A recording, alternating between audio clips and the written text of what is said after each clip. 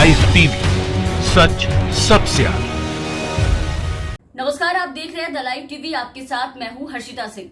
एक बार फिर से चीन ने भारत के खिलाफ भारत की उत्तरी सीमा पर चीन ने 60,000 सैनिकों की तैनाती कर दी है, जिसका सामना अब भारत को करना है। भारत और चीन के बीच लद्दाख स्थित एलएसी पर पिछले 5 महीनों से ज्यादा समय से तनाव जो है वो लगातार जारी है। हर बार चीन ने आक्रामक रुख अख्तियार किया है भारत को लेकर के, और इस बार अख्तियार करते हुए भारत के कई क्षेत्रों में घुसपैठ की कोशिश भी की है। चीनी सेना पीपल्स लिबरेशन आर्मी ने कई क्षेत्रों और अवैध तरीके से कब्जा कर वहां से पीछे हटने से इनकार किया है। और अब अमेरिकी विदेश मंत्री माइक पोम्पियो ने चेतावनी दी है कि भारत के उत्तरी सीमा के पास चीन ने 60,000 जवान अपने जुटा लिए हैं, वहां तैनात कर दिए हैं, जिसका अब भारत को सीधा सामना करना है। उन्होंने साफ साफ कहा है कि चीन का ये घटिया और खराब व्यवहार क्वाड में शामिल देशों के लिए भी कहीं ना कहीं खतरा पैदा कर रहा है।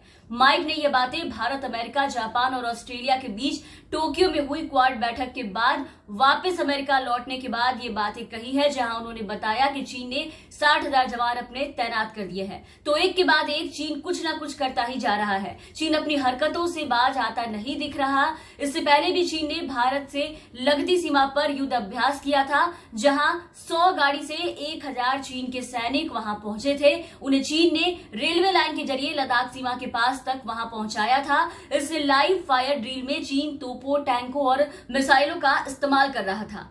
सीजीटीएन के न्यूज प्रोड्यूसर शेनी वेई ने इसका वीडियो जो है वो ट्वीट करके लिखा था कि कृपया इंतजार करिए और देखिए कि चीन ये युद्धाभ्यास ऐसे समय पर कर रहा है जब भारतीय सेना ने पेगोंग इलाके में उसे करारा झटका दिया है। तो यहाँ आपको बता दें कि चीन ने पिछले दिनों एक बार फिर से भारत के साथ बातचीत के नाम पर लद्दाख के पेगोंग झील इलाके में भारत के ऊपर, भारत के पीठ पर छुरा घोंपने की कोशिश की। बड़ी संख्या में चीनी सेना के जवानों ने पेगोंग झील के दक्षिणी किनारे पर रात के समय में स्थिति को बदलने की कोशिश की। तो बार बार चीन ऐसी हरकत कर रहा है, उसके बाद भी चीन को लाल आंख दिखाने की बात करने वाले हमारे देश के प्रधानमंत्री नरेंद्र मोदी जी चीन के बारे में बार बार बोलने से बचते नजर आते हैं। पूर्वी लद्दाख में इन दोनों देशों के बीच कई महीनों से गतिरोध जारी है।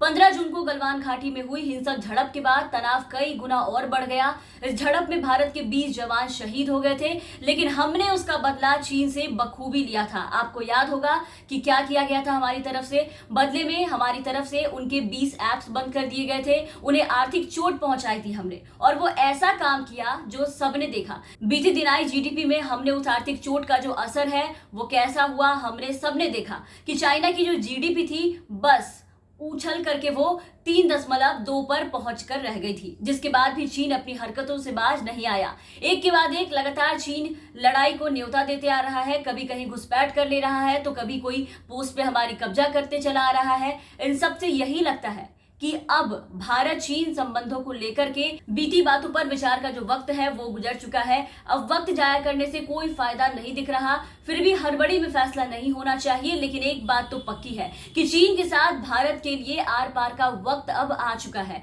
लद्दाख की गलवान घाटी में चीन की करतूत उड़ी पुलवामा से कहीं ज्यादा संगीन थी, क्योंकि उड़ी और पुलवामा में पाकिस्तान परस्त और प्रशिक्षित आतंकवादियों ने हमले किए थे। लद्दाख की गलवान घाटी में तो सीधे सीधे चीन के फौजी इसमें शामिल थे, उन्होंने हमला किया था।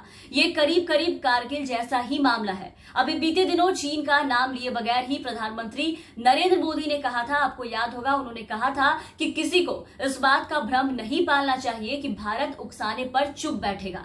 हम किसी को कभी उकसाते नहीं, लेकिन अगर कोई हमें उकसाता है तो हर तरीके से जवाब देने में हम सक्षम हैं।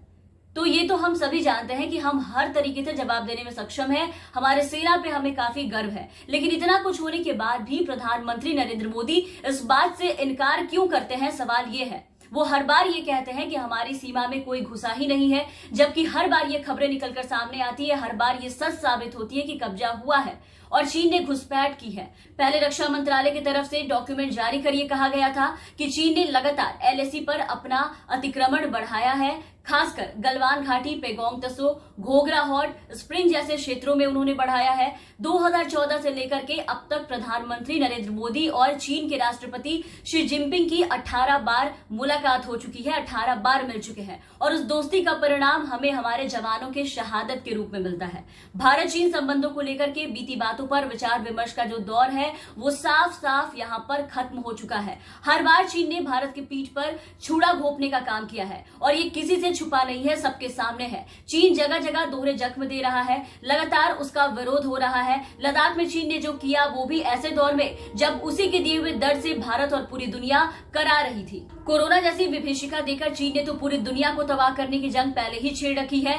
अब वो धीरे धीरे अपने मंसूबों को अंजाम देने के लिए नए नए तौर से, नए नए तरीके से एक हथकंडा अख्तियार कर रहा है और अलग अलग जो हथकंडे हैं वो लगातार अपनाता जा रहा है। और अब ये एक और नई चाल कि 60,000 अपने सैनिकों को हमारे सीमा पर तैनात कर दिया है। तो इतना कुछ होने के बाद अब देखने वाली बात ये है कि इन सब के बाद अब कब तक प्रधानमंत्री नरेंद्र मोदी चीन को लेकर के चुप रहेंगे, चीन को लाल आंख आखिर वो कब दिखाएंगे, कब उसे जवाब देंगे, चीन के खिलाफ कब कोई बड़ा एक्शन प्रधानमंत्री की तरफ से लिया जाएगा।